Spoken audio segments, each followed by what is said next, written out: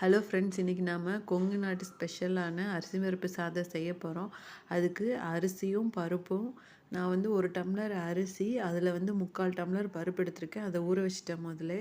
இப்போது ஒரு குக்கர் வச்சுட்டு அதில் வந்து தேவையான அளவு எண்ணெய் ஊற்றிட்டேன். கடுகு போட்டுட்டு அன்னாசிப்பூ, பட்டை, அப்புறம் ஒரு 2-3 கிராம்பு இதெல்லாம் ஸ்லோ ஃப்ளேமில் வச்சு நல்லா ஃப்ரை பண்ணுங்கள். அது கொஞ்சம் ஃப்ரை ஆன உடனே அதுக்குள்ளேயே கொஞ்சம் சோம்பு போட்டு அதையும் ஃப்ரை பண்ணுங்கள். நல்லா ஃப்ரை ஆகணும். ஆனால் இது எல்லாமே ஸ்லோ ஃப்ளேமில் தான் இருக்கணும். அப்போ தான் நல்லா வாசனை வரும் நம்மளுக்கு.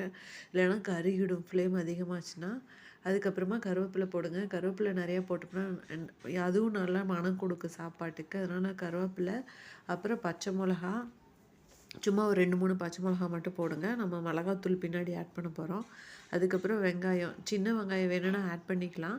நான் இப்போ ஒரு பெரிய வெங்காயம் ஃபுல்லாத்தையும் கட் பண்ணி போட்டிருக்கேன். இது வந்து நல்லா வதக்கணும். இது வதக்கும்போது வந்து ஃப்ளேம் கொஞ்சம் அதிகம் பண்ணிக்கலாம். ஏன்னா வெங்காயம் நல்லா வதங்கணும். அப்போ தான் நம்மளுக்கு சாப்பாடில் நல்லா மணம் அடிக்கும், ருசியும் வரும். அதனால் வெங்காயத்தை நல்லா வதக்கி விடுங்க. வதக்கி விட்டதுக்கப்புறம் இஞ்சி, பூண்டு, சீரகம், மிளகு இது எல்லாத்தையும் நல்லா கல்லில் வச்சு இடித்து வச்சுருக்கேன். அதை போடுங்க. இஞ்சி பூண்டு பேஸ்ட் வாங்குறத விட இந்த மாதிரி ஃப்ரெஷ்ஷான இதை எடுத்து நீங்கள் அரைச்சி போட்டு தாளிச்சிங்கன்னா இன்னும் மனம் சூப்பராக வரும், ருசியும் நல்லாயிருக்கும். அதனால் நான் இஞ்சி பூண்டு பேஸ்ட் எப்போவுமே வாங்க மாட்டேன். இந்த மாதிரி தான் அரைச்சி செய்வேன், சூப்பராக இருக்கும். இப்போ அது பச்சை வாசனை போகிற வரைக்கும் நல்லா வதக்கி விடுங்க. பச்சை வாசனை போகிற வரைக்கும் நல்லா வதங்கினதுக்கு அப்புறமா தான் நம்ம அடுத்த இன்க்ரீடியன்ட்ஸ் வந்து இதில் ஆட் பண்ணணும். இல்லைனா பச்சை வாசனை அடங்குச்சுன்னா சாப்பாட்டு மனம் வேறு மாதிரி இருக்கும். இப்போ இதில் கொஞ்சம் கரம் மசாலா, ஒரு 1/2 ஸ்பூன் கரம் மசாலா போடுங்க. இப்போ ஃப்ளேம் வந்து கம்மி பண்ணிக்கோங்க. ஏன்னா இதெல்லாம் கருகிடும் நம்ம மசாலா பொடியெல்லாம் ஆட் பண்ணும்போது. அதனால் ஸ்லோ ஃப்ளேமில் கரம் மசாலா 1/2 ஸ்பூன் போட்டுட்டு அதுக்கடுத்தது கறி மசால் தூள் அதுவும் ஒரு 1/2 ஸ்பூன் போடுங்க. இந்த 2 பொடியும் போட்டுட்டு இதையும் நல்லா வந்து வதக்கி விடுங்க. ஸ்லோ ஃப்ளேமில் தான் இருக்கணும். இப்போது இந்த சாப்பாடு நம்ம எவ்வளோ வைக்கிறோமோ அந்த சாப்பாட்டுக்கு தேவையான மிளகாத்தூள் இதில் ஆட் பண்ணணும்.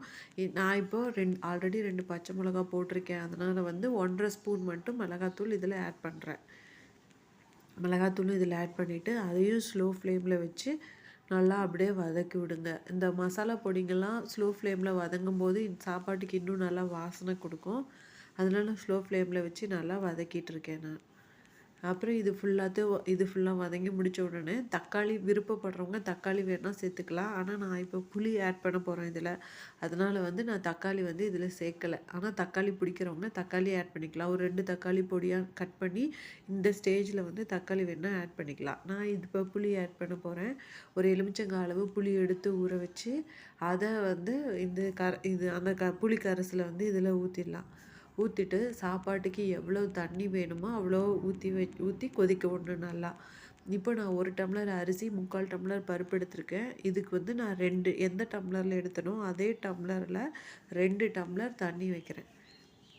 தண்ணி வச்சுட்டு அந்த தண்ணி வந்து நல்லா கொதிக்கணும். கொதித்ததுக்கப்புறம் தான் அந்த ஊறிட்டுக்கிற அரிசி பருப்பையும் போடணும்.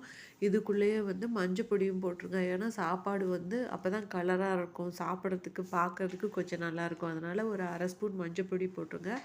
அதுக்கு தேவையான அளவு உப்பு போடுங்க. இப்போ நான் எடுத்துருக்கிற சாப்பாட்டு அளவுக்கு 1/2 ஸ்பூன் உப்பு போடுறேன். உப்பு போட்டுட்டு நல்லா கலந்து விட்டுருங்க. கலந்து விட்டுட்டு அது கொஞ்சம் நேரம் கொதி வர்றதுக்கு வெயிட் பண்ணுங்கள். இப்போ நல்லா கொதிச்சிருச்சு. கொதிச்சதுக்கப்புறமா கொத்தமல்லி தலையை நான் அதை சேர்த்துக்கிட்டேன். பொடியாக நறுக்குன கொத்தமல்லி தலை சேர்த்ததுக்கப்புறமா நம்ம அரிசியும் பருப்பையும் ஊற வச்சுருக்கோம்ல, அந்த அரிசியும் பருப்பையும் அதுக்குள்ளே போட்டு நல்லா கிளறி விடுங்க. கிளறி விட்டுட்டு குக்கர் வச்சு மூடிடுங்க. 3 விசில் வரணும்.